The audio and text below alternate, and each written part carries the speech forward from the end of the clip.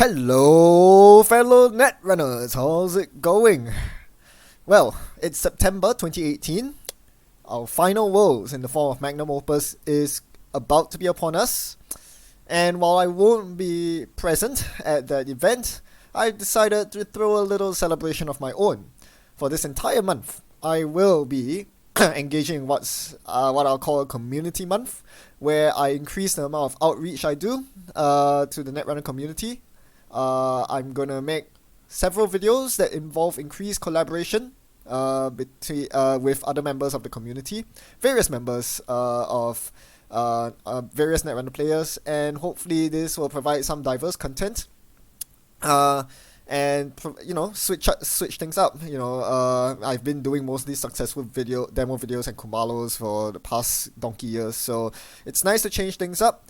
In terms of video content, but also in terms of Netrunner format. I can say that we won't be sticking to standard Netrunner in all our videos. So yeah, get hyped. This is going to be quite interesting, and I hope you enjoy the change in pace. To kick things off, today we are going to do a video in the style of a successful demo. Today we'll be looking at the card Saraswati Memeonics. This is the new Jinteki ID from Rain and Reverie. We haven't really looked at it yet because it's not a very powerful card in my opinion. We'll get to that, the reasons why, in just a bit. This ID allows you to single advance stuff in remotes, basically. Right? While it has very good art, the mechanics are pretty lacking. The first thing you can do with Saraswati Memeonics is to use it as an efficiency or engine card, kind of like how Asmari Ad Tech is for NBN, where you're just getting so much passive gain from your ID ability. Sports Metal is a much better example. You saw the Sports Metal successful demo. That passive gain is what we are looking for in Saraswati. Compared to the basic action of advancing a card, Saraswati gains you an extra click because in addition to advancing a card, you get to install said card for the same click and credit cost. So basically, every time you trigger Saraswati, you save a click. This sounds pretty good. Okay, you can potentially trigger this more than once per turn, but can you really find a Jinteki deck where you want to be install advancing multiple cards a turn? That's pretty difficult. And if you don't trigger this more than once a turn, it's kind of mediocre compared to something like Palana, right? Palana is a very good baseline for an ID ability, and Saraswati I don't think beats that very much, especially considering that against most decks, Palana is going to make you a single credit every turn. And when you compare it to the other competitive Jinteki IDs in Agin Fusion and Wekundu, Saraswati does not disrupt the runner like those two IDs do. With Agin Fusion or Wekundu, the runner has to play a lot more passively or worry about ice phase checks. Saraswati, not so much. So yeah, I don't think it's a very good efficiency/engine identity. The other thing that Saraswati does, its second use case, is that it provides Mushin Noshin on tap. Instead of an operation which is limited, you can only play so many Mushins a game. In Saraswati, if you have that identity ability, you can Mushin forever. But it's not even as good as Mushin. That's my main problem. Now, the biggest thing about that Mushin Noshin enable is the ability to put a highly advanced card on the table in the span of a single turn, right? Before Honor and Profit, which was when Mushin Noshin was printed, the best you could do was to install double advance your advanceable traps, say your Junbugs or your Cerebral Overwriters. That's the most you can do in a span of a turn, given from a static board state, i.e. nothing installed. The best you can do with a Junbug in hand is to install double advance it, which means that you are threatening 4 net damage at most. It's quite puny. Most runners will aggressively run your Junbug and eat the 4 net damage if necessary. This was why advanceable ambushes were not that powerful prior to Honor and Profit. Mushin Noshin bumped this up a notch because with Mushin, you can Mushin the Junbug on your first 2 clicks. This installs the Junbug and gains it 3 advancement counters immediately. With your spare click, you can even advance this a 4th time. So with Mushin Noshin, what happened was overnight your Junbugs doubled in threat level. Previously, they only did 4 net damage. Now they potentially deal 8 net damage Yeah, the corpse able to get a Junebug from their hand onto the table with 8 net damage in the span of a single turn. That is very scary. The problem with Saraswati is, even though it allows endless such motions, it isn't as powerful. It only provides 3 advancements as opposed to the 4 that motion provides, assuming that you spend your last click advancing. With Saraswati, if you install with Saraswati, it gains an advancement counter and you have 2 free clicks left to double advance it. This puts it at 3 advancement counters, so your Junebug will do 6 net damage at most. It's not as good as a Mushin, even though it's unlimited use. So that's not very good. So yeah, Saraswati is just not that good for playing advancement shell games either. You'd rather play Mushin no Shin, and if you're already running Mushin no Shin, then Saraswati is a non-bow with Mushin because they both do the same thing. They overlap with each other. So yeah, Saraswati, I'd rather play Mushin rather than playing Saraswati if I'm playing advanced bow ambushes. So I guess you would only use Saraswati when you are not running advanced bow ambushes. I don't know. It's a very weird space to be in, and this is why I think Saraswati just fails. Its benefits are marginal, whether you consider the efficiency use case or the motion replacement use case. And the most important thing is the Jinteki ID design space is very crowded with very pushed IDs in terms of power level. Agent Fusion and Mti Wekundu are so powerful that you have to find a very good reason to not run them. And even if you just want a nice, good, solid ID, Palana Foods outdoes Saraswati in my opinion. So you're not going to see Saraswati in competitive play, I don't think, for this very reason, which is unfortunate. However, there is some silver lining in this yet. Have you considered the third possible use case of Saraswati? Get ready, because this video is about to be turned on its head. For those of you who are in the loop, you know what Saraswati does. It does something that no other ID does. It enables the no basic action core. That's right, this is what we're going to look at, because Saraswati has opened new frontiers. Everyone knows there is no single card more important than the basic action card. Even though we don't even bring it out in most games, we know just how implicitly important it is. Without it, if you attempt to play as Corp, you cannot draw from your deck, you cannot click for a credit, you can't play anything from hand at all. Operations need the basic action card to be played, and all non-operations require the basic action to install them from hand.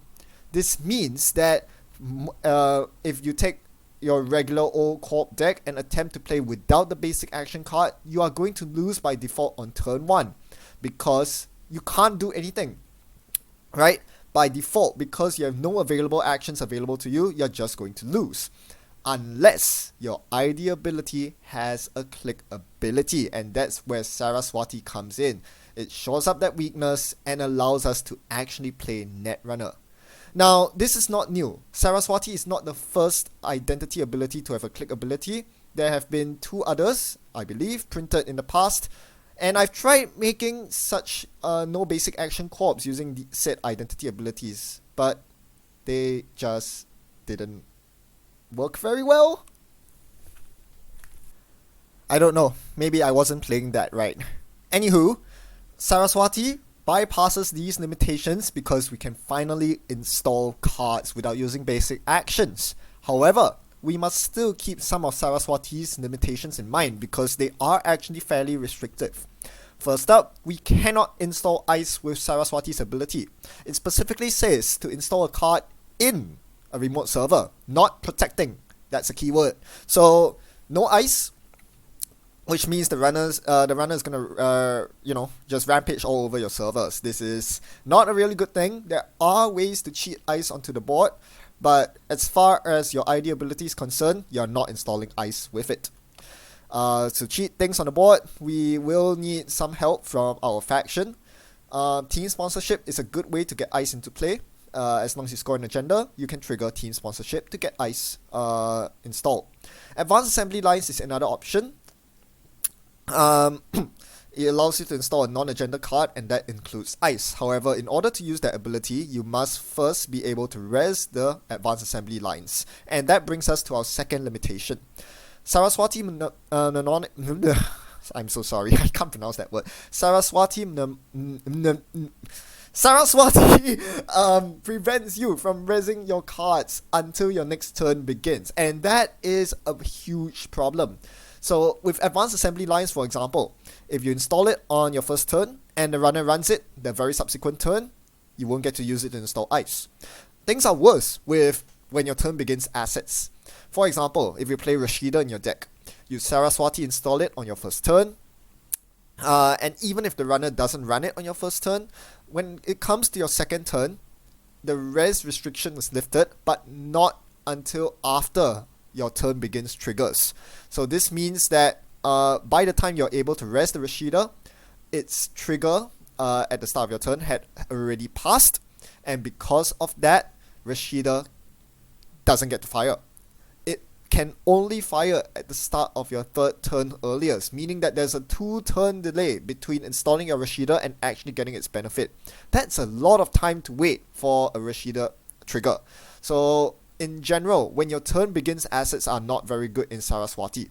This applies in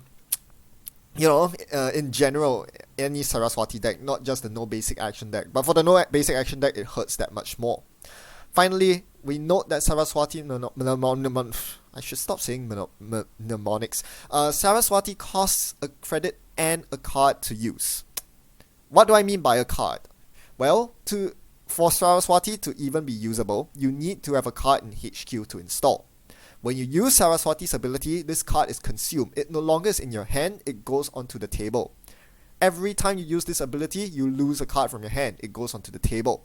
Now, normally you wouldn't think of this as losing a card, but in the no basic action deck, this is actually very important, because at any point, if you run out of cards in your hand, you can no longer use Saraswati's ability.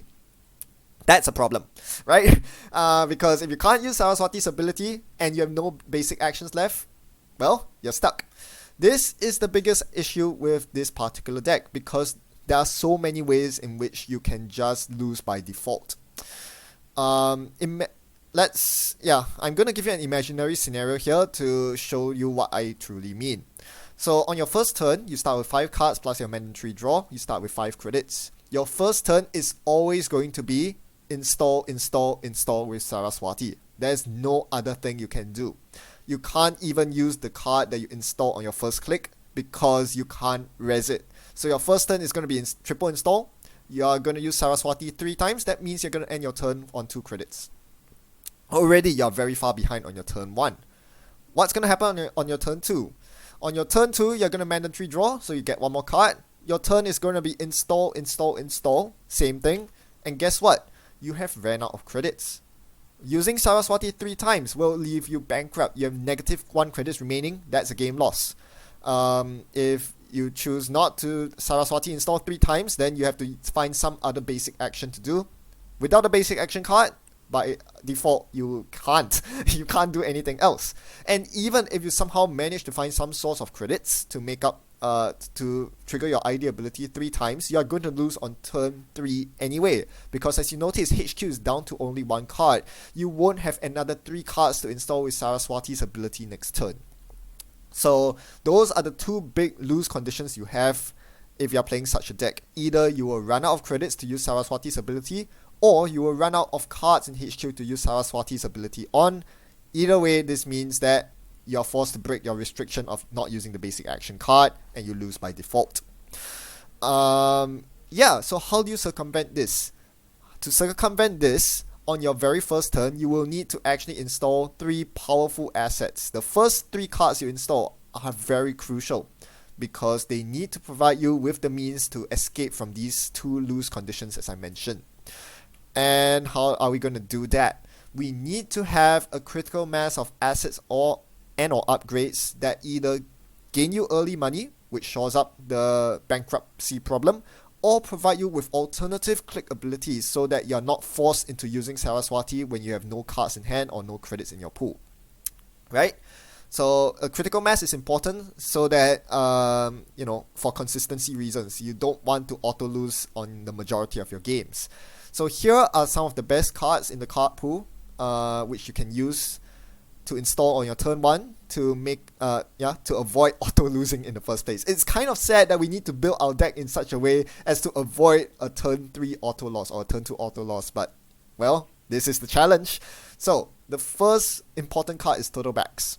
Turtle Backs negates the 1 credit cost of using Saraswati, because usually you're installing in new remotes, it will cost you 1 credit with Saraswati, but with Turtle Backs it returns you that 1 credit. So yeah, at the very least, it helps you tread water in terms of credit level. The next cards are click abilities that give you money. These are really good. These are really, really good cards because they earn you money, which means that you won't go bankrupt, but more importantly, they are an alternative way to spend clicks. This means that you won't be forced to use Saraswati's ability thrice every turn, which in turn means that you won't run out of cards in HQ. Melange and Capital Investors are amazing because you can occupy all 3 of your clicks on your turn by using them. And yeah, you're advancing your game plan that way. The next good card is Drudge Work. This just came out in Rain and Reverie as well, and it's amazing in this deck. Not only does it make you money, like Melange and Capital Investors, but it also allows you to put agendas back in your deck, which is really helpful because you tend to get agenda flooded early. Drudge Work at least allows you to tide you through the early game. Finally, Shannon Clare is also a very underrated card. I did not see this card until some time, but this actually does a lot of work in our no basic action deck. It allows us to draw cards, which again circumvents the weakness of losing by default by not having enough cards in hand. But this also allows us to break R&D lock. You'll notice that Shannon Clare draws from the bottom of R&D. This means that even if the runner tries to run R&D every turn to lock us out of our agendas and ambushes, we can draw said agendas and ambushes from the bottom of our deck and install them with Saraswati. Then they'll be forced to check them anyway because it could be an agenda. So yeah, you'll notice that a lot of these cards are out of faction. We can't afford to play too many copies of them, which is why you won't see Capital Investors in our final iteration of the deck. Melange basically serves the same purpose. Okay, with that said and done, once we are able to kind of escape from the auto-lose conditions, at least temporarily, our second step is to attempt to score an agenda. I mean, we could create a passive deck where all we do is wait for the runner to stumble into 3 copies of Snare and auto-win the game, but realistically, we want some way to advance to 7 points. And the one single card that allows us to do so is Pad Factory. Coincidentally, this is a card that was brought up in my reverse successful demo survey by Sanjay. So thanks Sanjay for this submission. We'll conveniently do a successful demo presentation on Pad Factory right here. Sanjay says, Pad Factory is underpowered. It sure is, but it is one of my favorite pet cards to build around. Yeah, we are gonna build around Pad Factory this game, that's for sure. And I found it to be a delightfully open-ended card to play with. It's an economy card, of course. Well, this is actually quite important. As we say, one of our big lose conditions is running out of money, and Pad Factory solves that problem because using it is free. We are able to place advancement counters free of charge, and that's very important. It already costs us money to put assets on the table because of Saraswati's ability. Being able to advance our agendas for free is a big deal, and Pad Factory allows us to do that. The other thing that Pad Factory allows us to do, of course, is to place advancement counters, because we can't use our basic action to advance cards normally, so Pad Factory is the single most important card in our deck. What else about Pad Factory? Its ability to advance cards that cannot normally be advanced is what makes this card really charming, and that is going to be a key part of this deck. Pad Factory being able to advance normally unadvanceable cards, as you'll see during the gameplay. We want to be able to advance as many cards as possible to induce the runner into running stuff, and it gives us a nice tempo. And just trust me. One of the things you want to do with this deck is actually to have as many highly advanced cards on the table as possible. This deters the runner from running them because they could be traps, and it also gives us something to do with our clicks.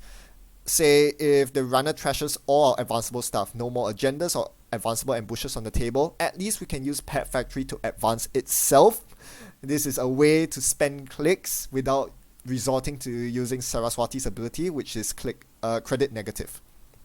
Finally, with Pet Factory, you can bluff. You can play giant mass commercializations, blah blah blah blah blah. We are not really interested in those use cases. All we are using Pet Factory for is a way to advance our agendas so that we can score them. That's all this deck needs, and this is the only card in the deck that does it. So thanks, Sanjay. This card is very important in this deck. There's some limitations, as with Saraswati. Firstly, you cannot score the card until your next turn begins. This is quite a bummer. The agenda must sit on the table for one whole turn, triple advance or whatever. This means that the runner has an opportunity to run it and steal it. So what this means is we need to be running lots of ambushes in our deck to deter the runner from running our advanced cards. Otherwise, they'll just run every single advanced card that we advance with Pet Factory and we lose the game. Second thing is that Pet Factory actually costs influence. It's a neutral card, but it does cost 2 influence unless you're running 3 copies of Pet Campaign. What this means for us is that we are running 3 copies of Pet Campaign in our deck. No choice there. Alright, so once we got our agendas advanced and scored, the last thing we need to do is to escape the click and card auto lose conditions for good. How do we do that? Well, the agenda we score is going to be very crucial. The one agenda that allows us to break out of the poverty cycle is none other than the humble Gila Hands. This was suggested by the big boy, Abram Job. I didn't think of this initially, but when you look at it, it makes so much sense in the no basic action corp deck. Once you score a Gila Hands, you're home free basically. Why? Because it has a click ability printed on an agenda. Unlike assets which are on the table, the runner cannot run to trash your agenda. This means that for the rest of the game, you have this constant way to spend clicks, and this said constant way actually gains you credits while doing so, meaning that you will no longer be bankrupt. And because it costs 2 clicks to use, it means that you will no longer need to Saraswati 3 times on your turn, meaning that you will not run out of cards either. A very standard turn with Gila Hand squad would be to mandatory draw, which gains you a card, and then install that card with Saraswati. This will cost you credits. Sorry, it's not minus 3 credits here. I need to correct that. It's not minus 3 credits, it's minus 1 credit, but then you will gain 3 credits because on your subsequent clicks you'll be using Gila Hands. So that makes up for, you will come out ahead of money and you'll be even on cards. So this means that you will not lose on those 2 auto lose conditions, and that is when you can actually start playing proper Netrunner instead of worrying about losing to outside forces. Okay, so this is the final version of the deck that we're gonna play. What a deck! 36 assets. That's how it is. Now, I'm sure there are lots of cards in your head that you're like, why aren't you playing card X? Or surely card Y is a good addition, I don't see it in your list. Well, trust me. This list has gone through a lot of iterations, and I've done a lot of discussions with the Australian Netrunner crew. ANZK and Radia have, taken a lot of time to discuss this deck with me. Their inputs were very valuable. Chances are, if you have a card idea, we've probably thought of it as well, and it either doesn't work due to rules restrictions, or it's just not that good. So if you're gonna type a comment saying why aren't you using X card, please take a couple of minutes to think about it thoroughly before actually posting. Chances are I've already been there, done that. With all that said, we are going to now play against one of the Australians who has kindly offered us their runner as a punching bag of sorts. I mean, they're not going to be a total sitting duck, but they're going to run every so often. But okay, well, when we get into the game, you get what I mean when I say punching bag. Let's play some Netrunner.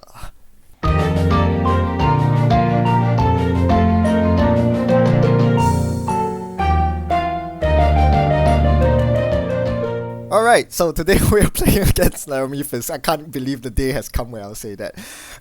Yeah, you know your deck is so bad when you need to ask your opponent to play Laramie Fisk to help you draw cards so you don't lose because you have no cards to install with Saraswati. Yeah, it's pretty bad. You know what else is bad? My opening hand. In any regular game, this sort of opening hand is a straight instant mulligan.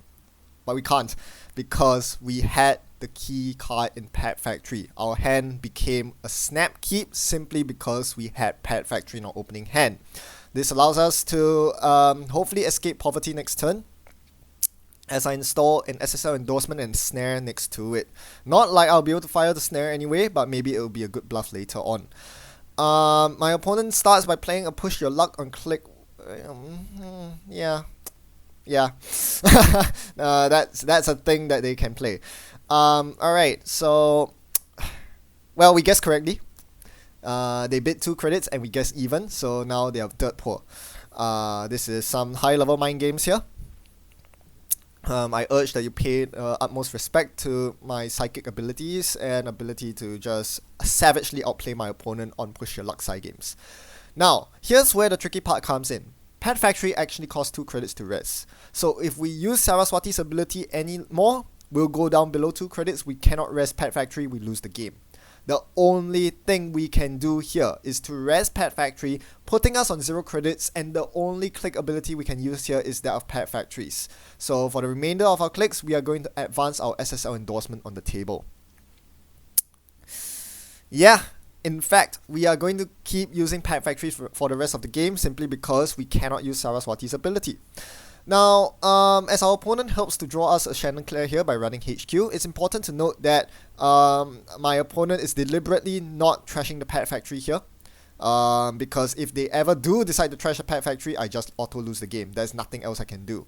So the next best thing I can do here is to 5 advance the SSL endorsement and hope that they run it so that I can get some money. If they don't run it, I score it and I get some more money the turn after. So that worked out. My opponent ran the SSL, which was exactly what I needed because now I can install shit. Right? I'm gonna gain 3 credits next turn so I can actually start using Saraswati's ability again. And yeah, you can look at the chat, they're just bursting out in laughter. I needed them to steal the freaking SSL so that I actually have enough money to do stuff. What else do I want to say? Yes, I could have attempted to score this SSL endorsement last turn, except that I can't because, as you remember, Pet Factory prevents you from scoring the card until your next turn begins, and I did advance it with Pet Factory last turn from 4 to 5. Okay, my opponent makes a game state error by playing Calling in Favors with 0 connections installed, but there were no judges available, so we'll just continue on with the game. I finally find a total bag, so we immediately get that on the table. And we keep advancing the snare because, you know, for the lols. The main thing I wanted to do here is to get a res total bags on the table before I do anything more with Saraswati. The 9 credits on SSL are going to run out sooner or later, so we need an active total bags in order to stay in the game. We are not out of the woods just yet. Our opponent hits the Breach Dome from our hand finally, and it goes into the bin. You'll note that there are 2 agendas in circulation. There's 1 Obokata in the bin and 1 in my hand. But it's highly unlikely my opponent will hit any of them, and I do have a Drudge Work ready to go from hand, so be prepared to see that coming into play. Now my turn begins, I take 3 credits off SSL, and I can res the total bags and begin spamming stuff with Saraswati.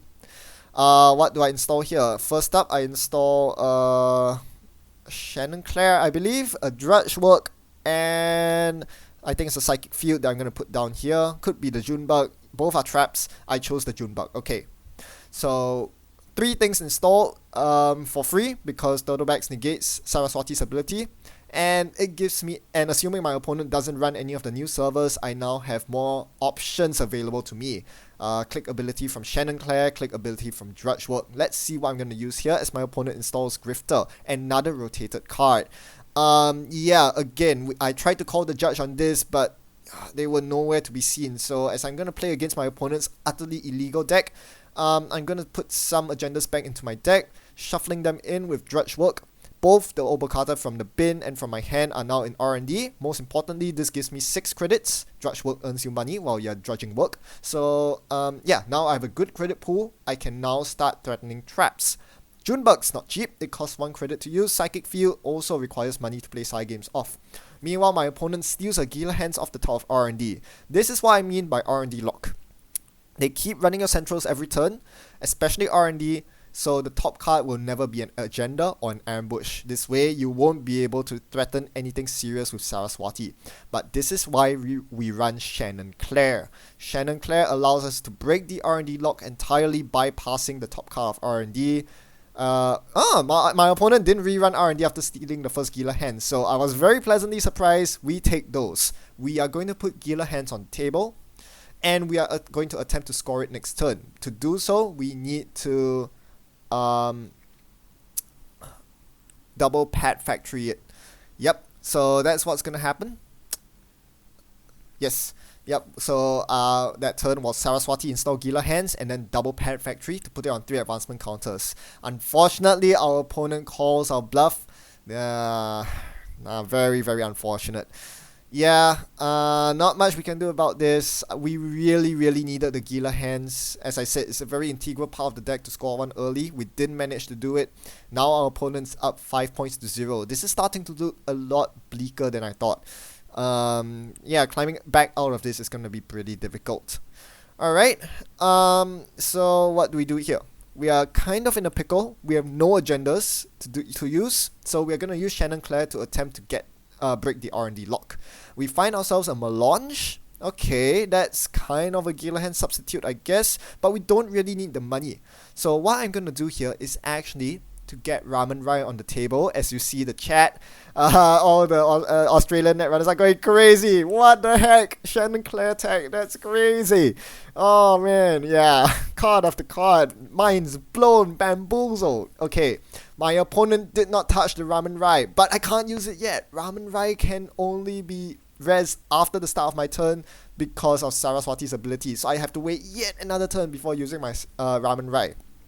So, why are we running Ramen Rai? As I said in my Ramen Rai successful demo video, it's a shit crap card that you should never use in most decks, but when you're running no basic action corp, you lose access to some key recursion cards like preemptive action. You just can't play it. It's an operation. So the next best recursion card you have is actually Ramen Rai. It's Infection, and it's another way in which you can spend clicks, and it's persistent. Given that you're running 36 assets in your deck, there's always a target for Ramen Rai. So it's actually an amazing card to recur stuff with. The question is, what are you recurring? Pad Factory is the obvious answer, but because our opponent's not trashing our Pad Factory, we get to do some interesting things. Now, our opponent runs our Ramen Rai and doesn't trash it, which is going to prove to be a very big mistake later on in the game, as we see our opponent is now hard at work. They have both Wildside and hard at work out. Oh man, that is 4 out of 4 rotated cards on the table. This is blatant violation of the rules. But we are going to soldier on anyway. With Ramen Rai rest, I draw into a snare. It's an asset, which means I can swiftly swap it with something in my bin, and that I will do. At this point, it seems pretty difficult to win on agenda points, so I'm hoping to win by grinding my opponent out of cards, and the way to do this is to inflict as much net damage as feasible. Snare is nice, it does 3 net damage, but you know, from attending lots of Mats classes earlier back in my heyday, I learned that 4 is greater than 3, and Junebug with 2 advancement counters deals 4 net damage. So we are gonna use a Junebug instead of a Snare. We are going to install the Junebug with Saraswati's ability, and we're going to advance it with Pad Factory. Okay, but we're going to hold that off for now. We'll wait for a couple more turns as we continue using Pad Factory and other stuff. So yeah, basically what Ramen Rai does here is it allows us to recur as many Junebugs as we please and recur snares as well, and that's awesome. You note that you cannot use Ramen Rai on the runner's turn because you have no clicks to spend on Ramen Rai's ability. Okay, so turn pass over to me. Yeah, so far the game is not going very well, but I think at this point what I'm looking for is agendas as well. I want to score some agendas, or at the very least, you know, be able to bluff with with my turn of Saraswati install followed by Pad Factory advances. At this point, the video gets a bit choppy, so please excuse me. What happens here is I Saraswati, Junebug, and then double advance it with Pet Factory. My opponent probably has to check it. Who knows? That could be an agenda. That could be a trap. They know that I swapped it with Junebug. Ramen Rai forces you to review said Junebug. But they do have 7 cards in hand, so there's no reason for them not to check it. They sure do. And they drop a bunch of cards, including 2 copies of Starlight Crusade Funding. So this was very unfortunate. I expressed my exasperation in the chat because those 2 Starlight Crusade Fundings could have induced my opponent to install said cards, which would deprive them of even more clicks. You'll notice that my opponent only has 2 clicks per turn now because they are really hard at work. Had they been installing the Starlight Crusade Fundings, they would have fewer clicks, which means that I have a higher chance of winning. Thankfully, my Junebug missed the 3rd Starlight Crusade Funding they had in their hand, so we are good to go. Now at this point, I could potentially win on the Neuro EMP, but unfortunately, because I don't have Mumbad City Hall into Consulting Visit into Neuro EMP, I cannot play Neuro EMP from my hand because I can't use basic actions, so my opponent will survive this very day. I draw into a Philotic Entanglement, which is a very interesting card to draw considering my opponent's on no cards in hand. Let's try to score that next turn. I could potentially bamboozle them with 3 net damage. I mean, the only risky thing is that they will auto-win the game if they run the Philotic, but given that they have so few cards in hand, they probably won't. I'm going to drop the Philotic and I won't get to advance it too much. What happened during my turn was that my mandatory draw was actually an asset, so I swiftly swapped it with the Junebug that my opponent just accessed. So I basically recurred my Junebug, and then I used Shannon Claire to draw into the Philotic and put it on the table. Ramen Rai forced me to lose a click, so I could only get the Philotic with 1 advancement on the table. My opponent did not check the Philotic, and I mandatory draw into an Obokata Protocol here, I believe. So my turn is fairly obvious. I'm going to double advance the Pet Factory. With Pet Factory, I'm going to double advance the Philotic and get a new card on table. Now, it's still too risky for them to run the Philotic, but the 3 advanced card, because that could very well be the Junebug that I just recurred. So they are going to sidestep that at all costs. They have too few cards in hand. Instead, they are going to do their own stuff. Now, they are about to run my Shannon Claire here. They are very smart. They finally realize that Shannon Claire is allowing me to break the R&D lock and draw agendas and ambushes that I shouldn't be drawing. So I use Shannon Claire's trash ability to search an Obokata from R&D and put it at the bottom of R&D. That way, there's a lower chance that they will win by sniping a 3-point agenda off the top of R&D. With 1 Obokata in hand and 1 in the deck, at the bottom, there's only 1 left remaining somewhere in my R&D. Okay, end of my turn. I managed to survive the turn with the Philotic on the table without my opponent running it, so I get as reward to score it here, putting me on the board with agenda points and to snipe some cards from my opponent's hand. They're slowly but surely running out of cards and clicks as well. Not only have they lost 3 cards, they've also lost 3 clicks. Since they're hard at work partying in Starlight Crusade funds in the church, they have only 1 click on their turn, every single turn. That's a bit of a problem. Yeah, so it's starting to look pretty good here. Again, I apologize for the choppy video. You'll notice that when I scored Philotic, I also res a team sponsorship, and that allowed me to finally install my first piece of ice of the game. The Komainu that was sitting in my hand throughout this entire game has now finally been placed on R&D because that's the one place I will lose. There are no agendas in archives, no agendas in my hand, and even if there were agendas in my hand, I can drudge work them away or just put them on the table and bluff them out. So my opponent now attempts to push their luck again, and I'm going to guess even once again. Unfortunately, they bid 13 credits on push your luck this time, which is odd. So my psychic powers failed me once, and no, I won the push your luck side game. Haha. I a bit odd, I think. Wonderful. Yes. That is fantastic. I guess odd, and they bid 13 credits, so now they're down to 1 credit. This is glorious. This is an absolute treat. Lovely game so far. We are pulling our way back into this. You'll notice that my opponent also has no breakers installed, so the Komainu on R&D is really going to protect it. There is no way, there's no foreseeable way they can win off an R&D run, because the only eligible agenda that would win them the game is Obokata, but if they get hit by Komainu, well, they have no cards in hand. They could steal the second SSL endorsement though. That would be a game win for them. So gotta keep an eye out of that. For that, rather. Okay. The game continues on here. Not much to say, honestly. Except that I found my Lady Liberty, which is the other way which I can score agendas. The main way obviously is Pet Factory, but Lady Liberty could do some work as well. It's very expensive, so you won't be able to use it frequently. But or rather you won't be able to use it early on, but once you're set up and stable, you'll notice that with the turtle bags running, I am now able to stabilize my credit level, and with Pet Campaign running, I should have enough money for the rest of the game. So the main thing here is I'm waiting for my third copy of Gila Hands to hit my HQ. Once that happens, I can res Lady Liberty on the next turn to attempt to score the Gila Hands from hand. So that's the plan. It's important to note that Lady Liberty uses power counters instead of advancement counters. So even though I'm advancing my Lady Liberty here, the hard way, or rather using Pet Factory, those advancement counters actually mean nothing. I'm basically trying to deter my opponent from running the Lady Liberty, feigning that it's a Junebug. Unfortunately, I think they decide to run it here. As you can see, they're making a run right now. Yeah, and they're wondering if it works. So yeah, the advancement counters don't matter. All I want is to be able to res it at the start of my turn when I have a Gila Hands in hand, so that I can score the Gila Hands with click, click, click. Unfortunately, that didn't happen. My opponent proactively went to run my one-off Lady Liberty and put it in the bin. That's really sad. And you know what else is sad? I think both the ramen rice that I've included in my deck are also in the bin. My opponent has since realized the power of Junebug recursion, and they have took efforts to trash my ramen rice. So they're all gone. No more recursion.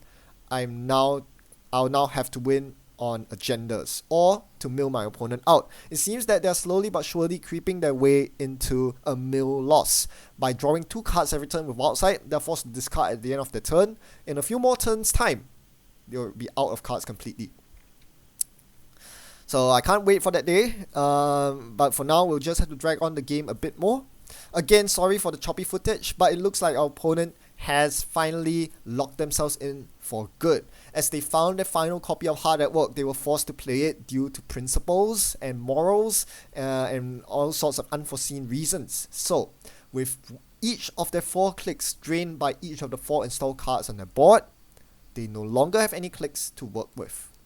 This is where my punching bag has truly become a punching bag, and this is where I can finally safely install and advance my agendas with Pet Factory to eventually close out the game. I know this was a super anticlimactic way to finish the game, but come on, I at least deserve some credit for surviving the early game. That SSL endorsement at the start was so clutch, gave me enough money to jumpstart my economy and allowed me to basically play some Netrunner towards the early to mid game. Now, there was some drama at the end of the game when I had both SSL and Obokata on the table with 5 advancements. All I needed to do after beginning my turn was to score both agendas for the win. You'd think that'd be easy, no? Well, what happened was due to JNet's interface, my fingers slipped, and as I was scoring the SSL endorsement, I clicked one too many times and ended up clicking for a credit, as you see in the image. Oh dear, that is a travesty. I have violated the no basic actions clause right when I was at the finish line. All I had to do was to score the Obokata on the table, and that's achievement unlocked. But no, I clicked for a credit. My fingers betrayed me. So, in a state of panic, I had the sudden stroke of genius. I realized that all it took was for me to key in undo click in the chat box to rewind time and warp the fabric of space and time to go back to a game state where I never clicked for the credit. At that point, I just got the Obokata for the win. Well, what drama was that? That was crazy.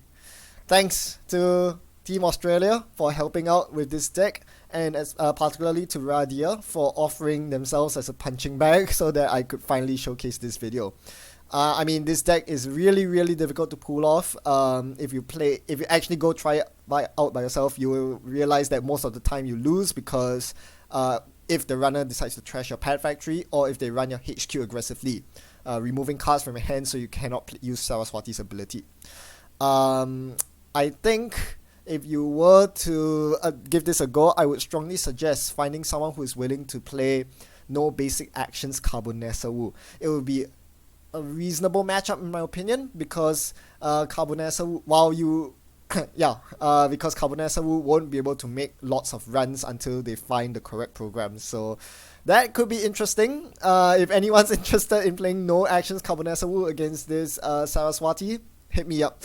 Also, big thanks to the JNet developers for inventing the undo click function that basically saved my achievement. I can now proudly claim that I've won the deck with this no basic action corporation. Alright, jokes aside, let's talk about Saraswati a bit more seriously with some nombos and combos. Saraswati combos very well with 6 advanceable agendas. In the absence of Mushin, this is another way in which you can score 6 advanceable agendas in 2 turns instead of 3. By using Saraswati on your first turn and double advancing, you go up to 3 advancement counters, allowing you to score a 6 advanceable agenda the next turn. This is important because you only need protect the agenda for 1 turn. Jumon fits the bill nicely, but also Vanity Project. So yeah, some interesting agenda suites could come out of Saraswati. Non-bow card would be things like NGO Front. Installing it with Saraswati may seem like a good idea because NGO Front takes advantage of advancement counters. However, Saraswati's limitation means that you cannot cash in the NGO Front on the next runner turn. Should the runner run and access your NGO Front, it's as good as dead. So in Saraswati decks, if you want non-agenda advanceable cards, it's better to play ambushes than to play NGO Fronts. Because ambushes work even if they are not res, whereas NGO Front does not. Right, that's all from me. I hope you enjoyed this first video. Look forward to many more community collaborations to come in the coming month. As always, thanks for watching and happy net running. Goodbye.